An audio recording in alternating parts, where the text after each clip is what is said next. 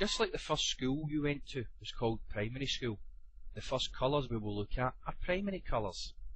Primary colours are red, yellow and blue, and when we mix primary colours together in equal amounts, for example red and blue, we get secondary colours.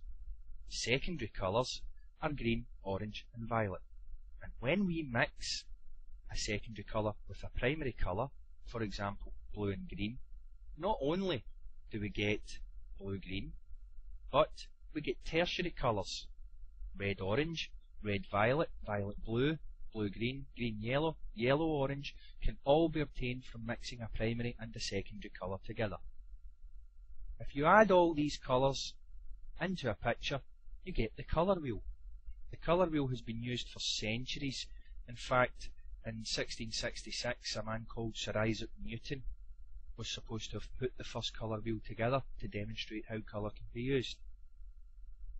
Colours can be selected from the colour wheel by a designer or a graphic artist to try and get a feeling or emotion across to the person that's looking at this picture. And this is our next stage. It's moods, emotions and feelings associated with colour. Let's look at the colour red. How does red make you feel? Warm, exciting, passionate, dangerous, angry. Think of Valentine's Day. What colours associated with Valentine's Day? Orange is seen as a happy, warm, sunny, cheerful and energetic colour. Yellow. Well, yellow's a very cheery colour. It's bright and most easily seen. It's very sunny and happy and warm. Green. Green's a cool, restful, natural, calm and fresh colour. Think about chewing gum and the popular brand of chewing gum. The green packet. Is that a cool flavour? Then there's the colour blue. Blue's associated with being cool, conservative, sophisticated, formal and elegant. Think of men in the black suit with the blue pinstripe or in a blue suit. Now speaking about dressing up for the occasion, the colour purple. If you lived 500-600 years ago, there wasn't an awful lot of purple around, or if there was, it meant you had money. The reason for this was that a lot of colour was achieved by mixing berries in those days, and the berries, or the colours of the berries to get purple, were difficult to come by. So it was only kings, queens, important people, people with money. And then there's white. Well, think of a hospital. It's hygienic, it's clean. White is associated with purity, cleanliness. So if we look at tips for choosing a colour scheme, let's look at colours which are near each other on the colour wheel. Blue-green, green, green-yellow. These are said to be harmonious. They work well together. Think of harmony in music. What do singers singing in harmony sound like? Are they all over the place? The red, red-orange and orange is another example of harmonious colour scheme. Then we have the opposite of harmonious colour schemes, which are contrasting colour schemes. And these literally are opposites. Red-violet contrasts with green-yellow, blue contrasts with orange.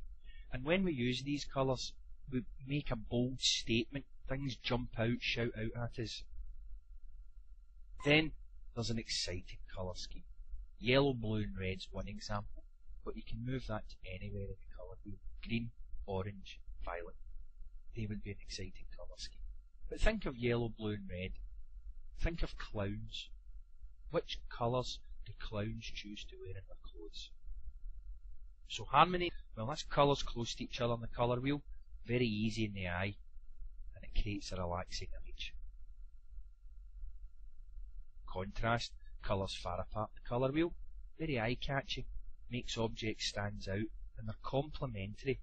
This just means that the green makes the red look redder, and the red makes the green look greener. And then we think about temperature, warm and cool colours. I'm sure you could shout out 2 or 3 warm or cool colours yourself. But we have the reds, yellows, oranges. These are very warm colours. They're advancing. If we use these colours, things appear to be closer. Then we have the cool blues, the cool greens, the cool violets. They're receding colours. Things appear to be further away.